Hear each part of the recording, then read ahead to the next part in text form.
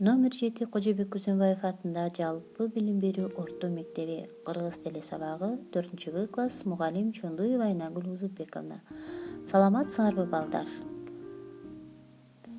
Маанайыңар эң сонун болсо, анда эмесе биз онлайн сабагыбызды баштайбыз. Бүгүнкү биздин өтүлө турган темабыз балдар кыска жана созулма үндүүлөр. Сабактын максаты кыска жана созулма үндүүлөр боюнча түшүнүк аласыңар, созулма үндүүлөрдүн жазылышын туура жазууга үйрөнөсүңөр.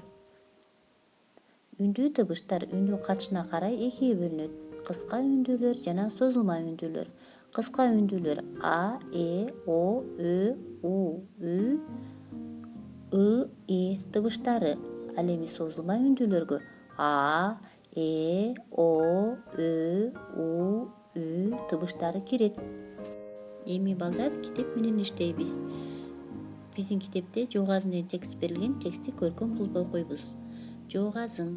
Кыргыз жериндеги эң сонун гүл жоогазын. Аны эл мандалак дешет. Анын мекени алыска Иран жергеси. Бизде анын 60 түрү өсөт. Анын гүлү өскөн жерге жараша өзгөрүп турат. Кумда өссө, гүлү сары болот. Чоподо өссө, гүлү кызыл болот. Ал кызыл китепке кирген. Аны коргоо керек.